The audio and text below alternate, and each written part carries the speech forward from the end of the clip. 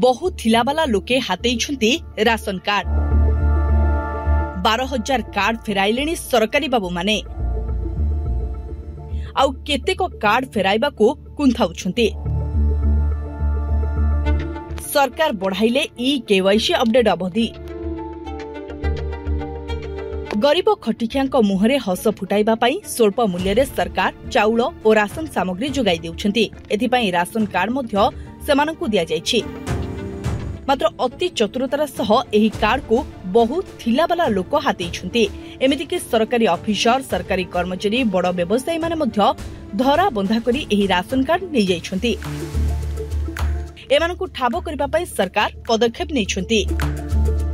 राज्य में ration card धारींकर e-KYC update अवधि को राज्य सरकार बढ़ाइछन्ति। चलित मास 31 तारिख जाई एही अवधि रहितला। एबे फेब्रुआरी 15 तारिख पर्यंत एहाको बढ़ाई दिया जाइतिबा सूचना दैछन्ति राज्य जोगाण मंत्री कृष्णचंद्र पात्र। श्री पात्र कहिछन्ति जे किछि स्थान रे लोकमाने विभिन्न कारणरू निजर ई-केवाईसी अपडेट करि पारनांती। एहार अवधि को बढ़ाइबा लागि सेमाने लिखित भाबे जणाइथिले। एहाको विचार करी आउ 15 दिन पर्यंत ई-केवाईसी अवधि को बढ़ा जाइतिबा से कहिछन्ति।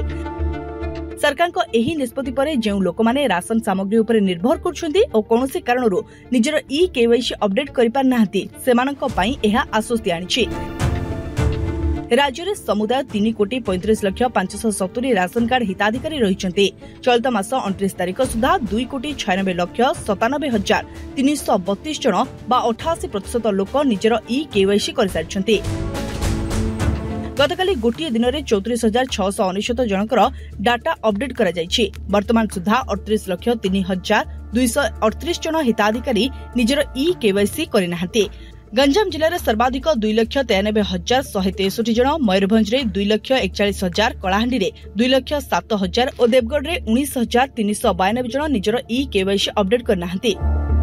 सेपरि राज्य में अनेक सरकारी कर्मचारी और टिकसदाता राशन कार्ड हातेइथिबा नै जोगाण मंत्री सूचना दैथिले।